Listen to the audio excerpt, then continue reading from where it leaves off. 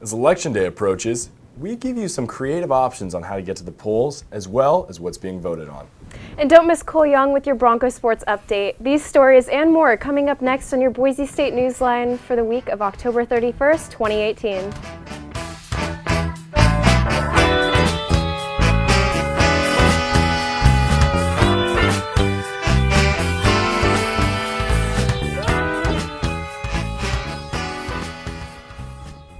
Thank you so much for joining us on this week's edition of Newsline. I'm Remy Elise. And I'm Ben Kaiser. We open tonight with what is being called the single worst attack on American Jews in our country's history. This past Saturday, a man opened fire inside the Tree of Life synagogue in Pittsburgh, killing 11 and injuring another 6. 911 calls reported an active shooter started coming in at 9:45 Eastern Time. When officers arrived on the scene, they were met with gunfire from the suspect. They called for backup and began evacuating the remaining people in the synagogue. 46-year-old Robert Bowers later surrendered to the police after being injured in the shooting himself. Police say he was armed with a semi-automatic rifle and 3 handguns. Bowers is now charged with 26 federal crimes, including obstructing the free exercise of religious beliefs, which is a hate crime. Although this event occurred in Pennsylvania, its devastation is being felt in communities around the globe, including our very own right here in Boise. Members of the Boise community gathered at the Shabbat Jewish Center on Monday evening for a vigil in remembrance of the Tree of Life victims. People of all faiths came to show their support and condolences for the Jewish community and to show unity against the evil displayed in Pittsburgh. Boise Police Chief Bill Bones gave words of unity and strength. We'll not give in to hate. We'll not give in to evil. But the love, support, and cooperation that we show one another, this is the path in the future that we will share, for it's who we are. Following the incident, President Donald Trump has ordered that flags across the country be flown at half-staff in remembrance of those who lost their lives in Pittsburgh. Most students don't realize they can have Boise State campus security in their back pockets and right at their fingertips. The Arbiter's Taylor Rico Pickerel reports the Rave Guardian app, or RGA, was introduced to campus in 2016. But a new update provides even easier access to campus police. Rob Luttrell of Campus Security told the Arbiter, "It is like having an emergency blue light in your pocket." A student can set a timer for a designated amount of time, and if the timer is not shut off within that time frame, the app will call the user. If they don't pick up in a certain amount of time, police will check on them, and students are also able to submit anonymous tips and pictures through the app. If you're walking on the Greenbelt late at night and there is kind of a shifty-looking person following you, pull out your phone and call us, Luttrell said. Through Rave Guardian, we are tracking you and you're talking to us. We want you to call if you feel unsafe. Campus Security offers a 24/7 escort service for students. The officers will pick students up and drop them off to where they need to go to make sure they are safe. The RGA is used on many college campuses, but by logging in with the student email, the student's profile will be linked to the Campus Security. Sophomore Melanie Strong Duncan downloaded RGA, but she has not used the Campus Security escort services yet. The reason I wouldn't and haven't used the 24/7 escort services on campus is because I don't want to inconvenience the people who would have to come out and escort me, she said. So I think that an app just makes safety that much more attainable. RGA currently has about 600 users on campus. Rideshare companies are making it easy for your voice to be heard this November. Arbiter reporter Ben Harris has discovered that both Uber and Lyft are providing either free or discounted rides to polling areas around the country, and local Boise drivers are happy to take place. According to Shaman Wael Al-Asim, an immigrant born in Syria, quote, "In all of Middle East, politics is red line. You can't talk politics. In America, it's a lot better. Everyone has the right to share their opinion, like what they think. As long as they're not doing anything physical, I have no problem with that. I'm totally down to give free rides on that day. It's from the aspect of loving the country and just how grateful you are," end quote. Dr. Stephen Uchich, a political science professor at Boise State, said that while this may be a PR move for Uber and Lyft, people can still benefit from the free rides, saying, quote, "There are a lot of local students who are here, might be registered out in Nampa, Meridian, or Caldwell, and if they want to vote, it's one way to reduce those barriers," end quote. Limited access to polls creates a smaller voter turnout, and fewer individuals are truly utilizing the democratic system. Kennedy Gelnett, president of the Political Science Club here at Boise State, adds this by saying, quote, "I believe we have cultivated an excellent culture at Boise State of voicing your passions and beliefs. Continuing to remind students about the upcoming elections is one of the best ways to encourage voting." While College Generation is expected to have a significantly higher turnout than previous elections, Gelnett can still only hope for her peers to vote on Election Day. Now, while we know just how important it is to show up and vote, it's just as essential to know what we're voting for. Our very own Sam Orozco is here to tell us what we're voting for. On November 6th, Idaho citizens will have the opportunity to vote for Proposition 2, the Medicaid Expansion Ballot Initiative. In 2012, states were given the right to decide whether they would use federal funds to expand their Medicaid programs, which would allow for Medicaid to cover individuals under the age of 65 whose income is within 133% of the poverty level or below, and who do not qualify for other coverage. Idaho is one of 17 states that have not chosen to expand, and they are putting it up to vote along with Utah and Nebraska this November. In preparation for the election, HuffPost and Boise State Public Radio hosted an event at the Yankee Family Research Park where panelists discussed what Prop 2 means for Idaho. Panelists included Brian Whitlock, the president of Idaho Hospital Association, and Representative John Vander Wood. The system itself needs to be able to be accessed by everybody.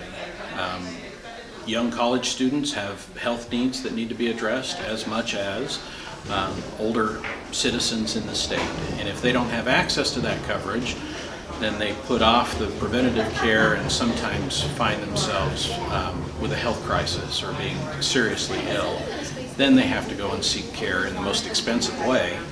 And now, in addition to the health concern, you're worried about the financial concerns of how do I pay for this procedure or this medication or this accident that I didn't have health care coverage for. The health coverage gap for working adults, where people do not earn enough to qualify for an insurance subsidy and earn too much to qualify for Medicaid under current rules, include those who earn more than $4,380 a year and less than $12,160. Those opposed to passing Prop 2 believe that Medicaid expansion would be detrimental to our economy and to our citizens. I think having the federal government more involved in healthcare is not a solution. I think we have to get more to where the patient is more involved in healthcare than the federal government is.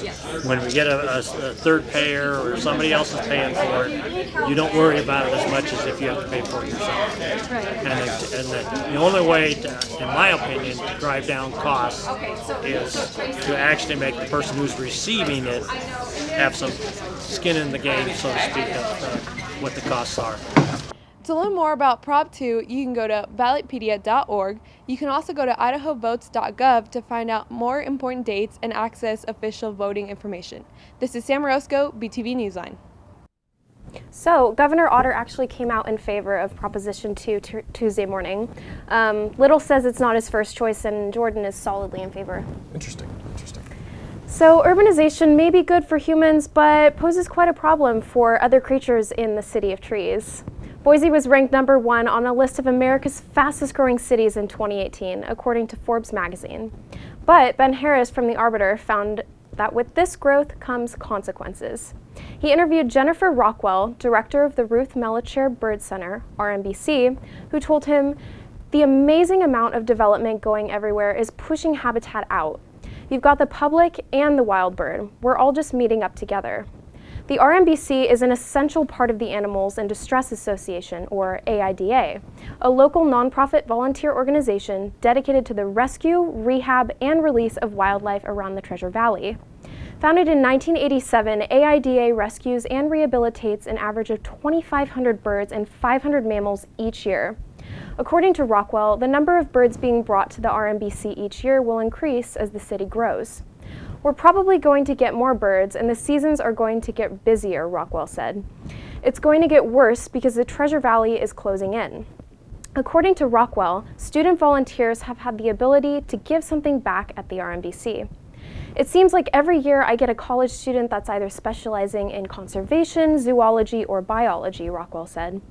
Maddie Rothschild, a founding member of AIDA, says volunteering for the RMBC isn't what students might expect. They think it's all about cuddly bunnies and naming things. It isn't, Rothschild said.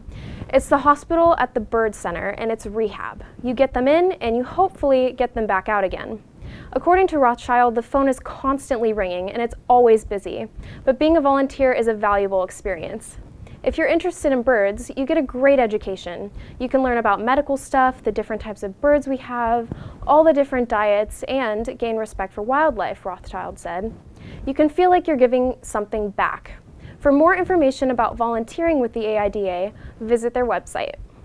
Now, Remy, I love the birds, but I think an animal I like a little bit better is the Broncos.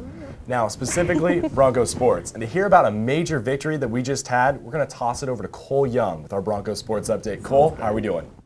Well, you're correct, Ben. It is a major victory. For the first time ever, Boise State has finally won a game at Air Force Academy. Boise State came out of Colorado Springs with a hard-fought victory over the Air Force Falcons last Saturday in a high-scoring game that ended 48-38 in favor of the Broncos. The biggest story from the night came from quarterback Brett Rippon. Not only did he tie his personal record by throwing 5 touchdowns in a game, but on one of those throws, he took a helmet to the chin, which required him to get stitches in the locker room at halftime. A little cut didn't slow him down, though, as he threw for 399 yards and 5 touchdowns with 0 interceptions.